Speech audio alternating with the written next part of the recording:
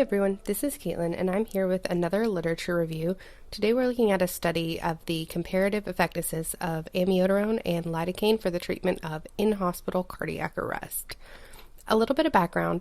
Sudden cardiac death claims over 350,000 lives annually in the U.S., and this is roughly equally split between in-hospital cardiac arrest and out-of-hospital cardiac arrest. However, current guidelines are predominantly written based on studies in out-of-hospital cardiac arrest.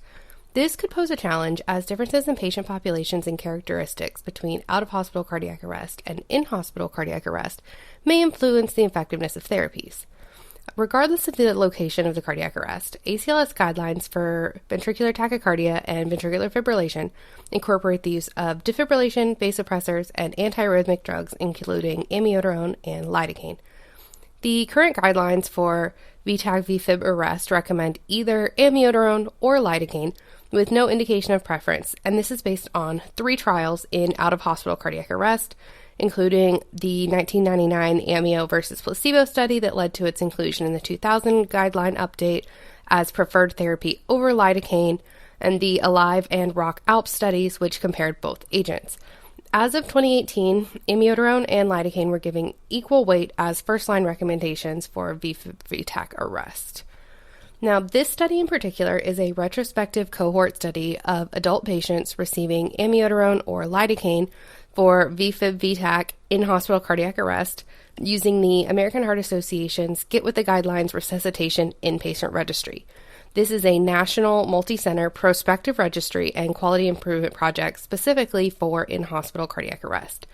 Hospitals in this registry submit clinical information regarding the patient's medical history, hospital care, and outcomes.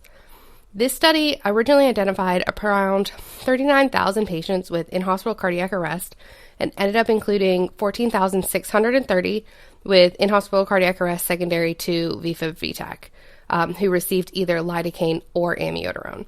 Of note, they don't state the dosing of these agents that patients received, but it's reasonable to assume that they probably followed the standard ACLS dosing, which is amiodarone 300 milligrams, then 150 milligrams, and then and lidocaine at 1 to 1.5 mg per kilo, followed by 0.5 to 0.75 mg per kilo.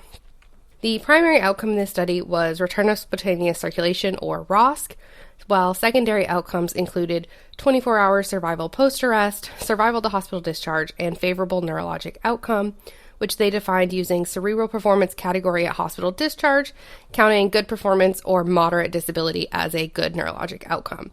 They also ran both multivariable logistic regression analysis and propensity score methods to control for many covariates, including but not limited to age, pre-existing conditions, event location, day and time of event, meaning a weekday versus weekend and daytime versus nighttime, witnessed versus non-witnessed arrest, and time to defibrillation.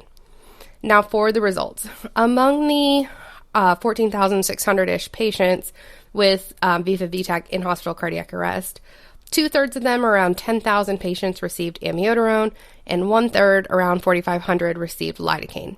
Patients who received lidocaine were more likely to be female, more likely to be white, had lower rates of pre-existing conditions, and were less likely to be in the ICU and more likely to have coded at night. Other significant differences between the groups included the fact that patients who received amiodarone were more likely to have been on mechanical ventilation and vasopressors, which is consistent with them being more likely to have been in the ICU, and had a longer time to defibrillation. The unadjusted analysis found no statistically significant difference in the primary outcome, which was ROSC, between the 2 treatment groups. However, they did find significance in their secondary outcomes, with lidocaine being associated with statistically significantly higher rates of 24-hour survival with an absolute risk difference of 4.3, survival to hospital discharge with a risk difference of 5.5, and favorable neurologic outcome with a risk difference of 6.3. The issue I take with some of these results, and the authors had the same kind of concerns, is that the lidocaine group was objectively healthier, had fewer comorbidities, less likely to be in the ICU, faster defibrillation, so they wanted to control for a lot of these outcomes to see if there actually was a difference or if some of the significance was just due to the patients being healthier at baseline. So they did go ahead and run those 2 statistical analyses to control for the covariates. In their fully adjusted models, there was a number of covariates that they found significantly correlated with lower odds of all four outcomes.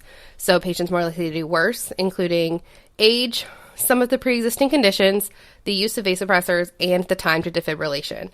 Once they controlled for all of their covariates, lidocaine did actually show significant improvement, had statistically significantly higher odds of ROSC with an adjusted odds ratio of 1.15, 24-hour survival, adjusted odds ratio 1.16, survival to discharge, odds ratio 1.19, and favorable neurologic outcome, adjusted odds ratio of 1.18.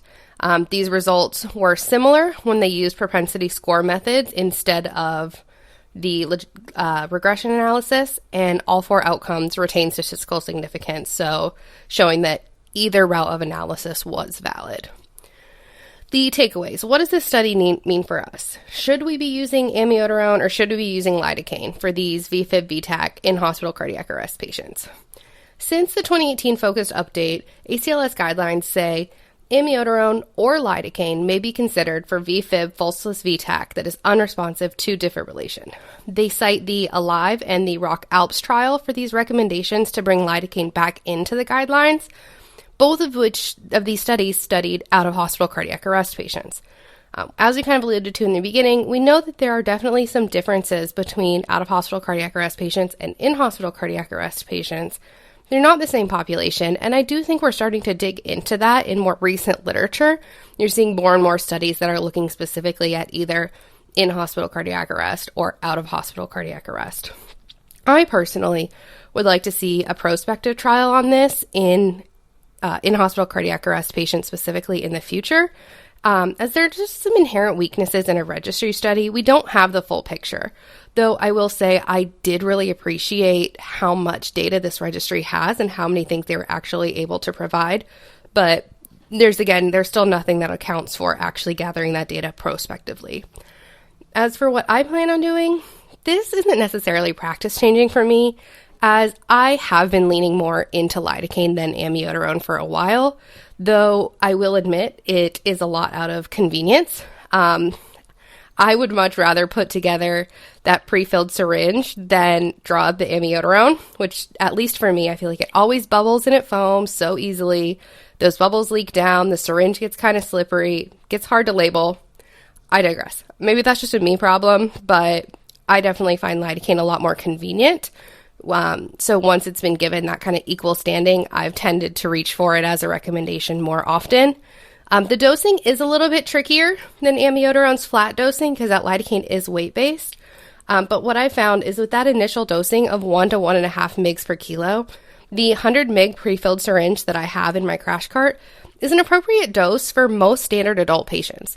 So anyone weighing between around 65 to 100 kilos, if I give them that 100 milligrams, it's going to be in that weight range.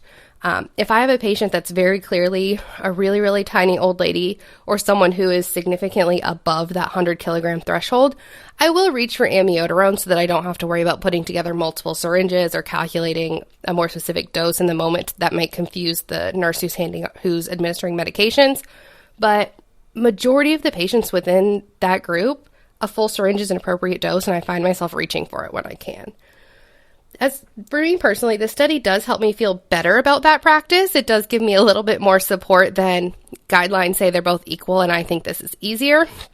But if I weren't already on the lidocaine train, I'm not sure if it would convince me totally on its own, just due to the retrospective nature of it. But I'm really interested in this study, and I'm excited to see if we start seeing more differentiation between in-hospital cardiac arrest and out-of-hospital cardiac arrest patients in upcoming literature and guideline recommendations.